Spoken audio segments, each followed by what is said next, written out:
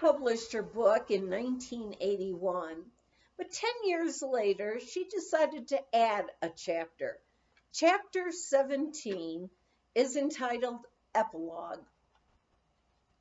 It's been 10 years since the first edition of my book. Looking back over the past 50 years, there are some things I miss.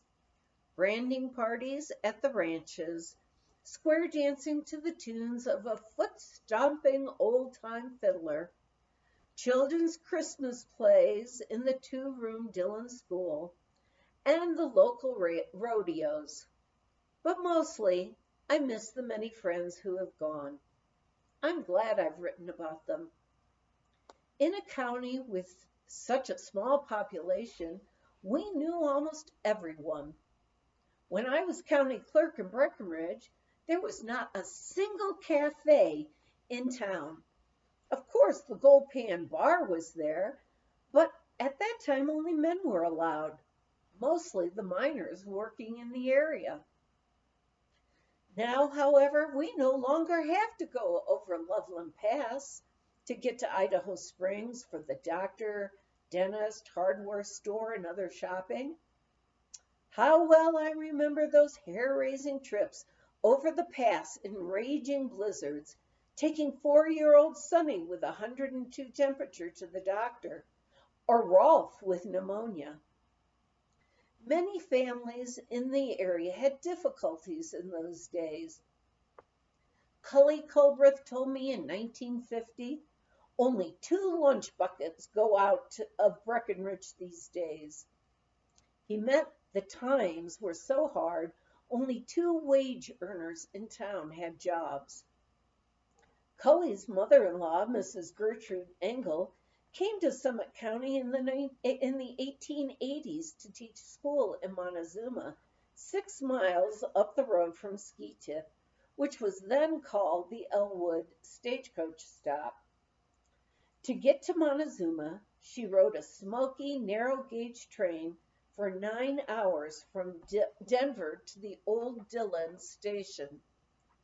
Then, in a horse-drawn wagon, she traveled several hours over a rocky dirt road, past the Keystone Freight Depot, and up to Montezuma.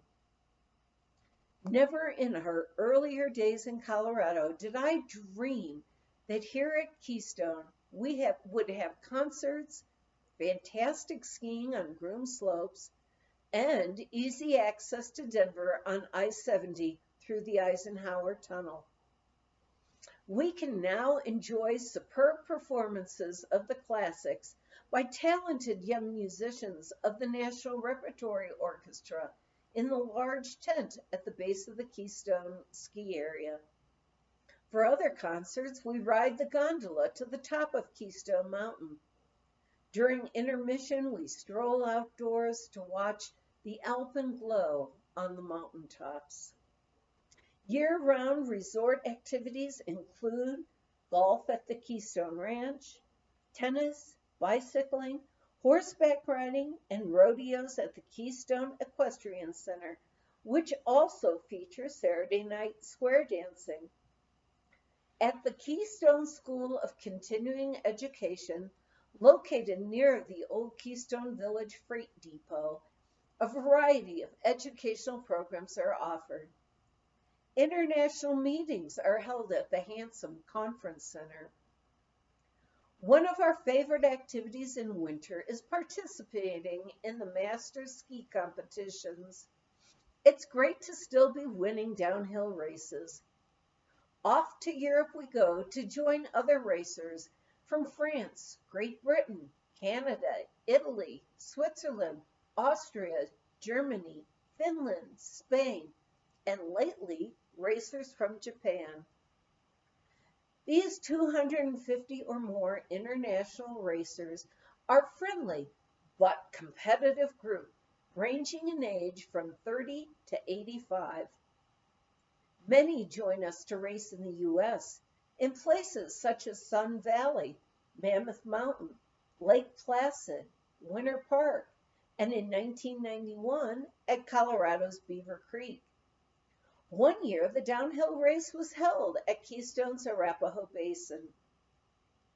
In 1983, we didn't race in Europe that year, only in the US. This was the year to travel to Michigan, where Max was inducted into the National Ski Hall of Fame. We still enjoy Old Ski Tip Ranch, which Keystone Corporation has purchased. Sitting in the Rathskeller, we enjoy sipping a glass of wine. Later, we watch beavers swimming in the small lake. I remember several years ago after a sauna, jumping in the pond and almost landing on one of those beavers. If I want to return to the quiet of those early days, I can, by heading up the road a few miles from our home into the high country of the old mining era. I will walk through fields of blue, red, and yellow wildflowers, columbines, Indian paintbrush, and a variety of others.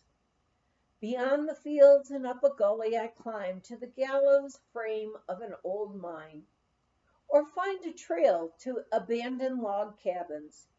Sheltered from the above timberline winds, I often sit in a cabin doorway, where all that remains are hand-hewn log walls and fallen roof timbers. I look across the valley where yellow mine dumps are still cling, and I think of those many miners whose dreams went bust. In winter, I cross-country ski up those very same valleys. Some skiers never quit. Even in summer, we pile in the Jeep filled with skis. Joined by enthusiastic friends, we drive up Chihuahua Gulch to the foot of the snowfield on 14,000-foot Gray's Peak. Carrying our skis, we climb the snowfield, which takes all morning. The sun has softened the snow, making it feel like skiing on velvet. Our skis sing all the way to the bottom. Tired but satisfied, we scramble back down the rocky slope to the Jeep. Recently, after a day of skiing, while relaxing in front of our wood stove with mugs of hot apple cider, Max began reminiscing. Over 50 years ago, Edna, do you remember your first ski race? How could I forget it, Max? You told me how easy it was going to be. Well, it hasn't always been easy, but it has been downhill all the way. I hope you've enjoyed joining me in learning about the early days of Summit County through the eyes of Edna Strand Dercum.